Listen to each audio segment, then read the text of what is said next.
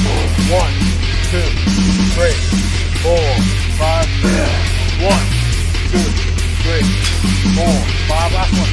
1, 2, 3, 4, 5. Good. Stop. Okay, for about 10 seconds. So I said to stop on that, okay? Come on. All right, get up higher. All the way down. Don't worry about a bunch of reps. Just fall. Get a little higher. Stop. Okay? That's that 10 seconds. We'll be right here. Come on. All right, a little higher. Good. Stop. Okay? Minute straight, okay? Go.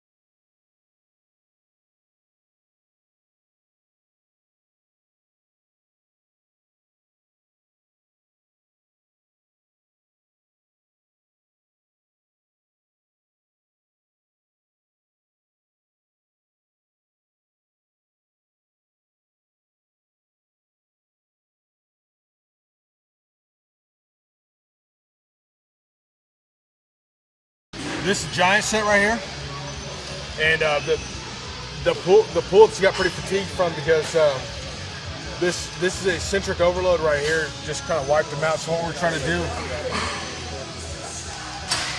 what we're trying to accomplish there is we're letting him do a little bit of, we're letting him actually cheat it back a little bit. But what he's doing is once he gets it back, he's doing a 5-second eccentric on the way back on the seated row, doing the pull-ups to failure on the wide grip, then to failure on the neutral grip, then finally finish off with a straight arm pull down. So what this is doing, it's a giant set.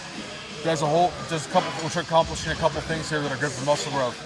We're pretty much recruiting the widest pull of motor unit from the high threshold ones with the very heavy eccentrics to lower threshold ones when we're going a minute straight of those straight arm pull downs. We're getting everything. Then obviously with a giant set of 3 intense exercises like this, it's going to prolong time under tension, one of the keys for muscle growth. So this is sort of the ABC model that Fred Hatfield used, of we're going really heavy, a more moderate traditional hypertrophy range, then going ultra high reps right there. So we're basically hitting everything. I know this dude had some shit like, this motherfucking wild, they used to call it butterfly. All he did was pull-ups and push-ups. That's one of the best fatigues I ever seen. And when he do this, shit fall out. Got out, got killed. 2 weeks. I mean, we did a lot today, even though the workout wasn't super long. You start off with heavy deadlifts, got his form straightened out.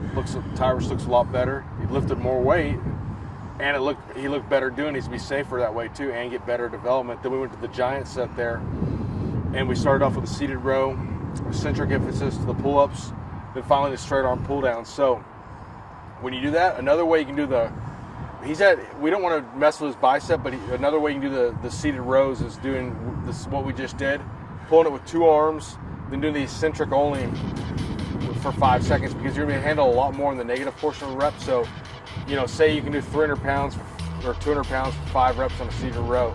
You might be able to do 160 on the negative portion with 1 arm.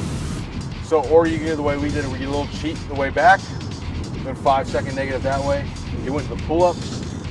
So we went with a wide grip first. It's a weaker grip. Like we talked about before, the biceps, the mechanical advantage drops him. So once you get the failure there, we improve his mechanical advantage. He goes to the neutral grip pull-ups.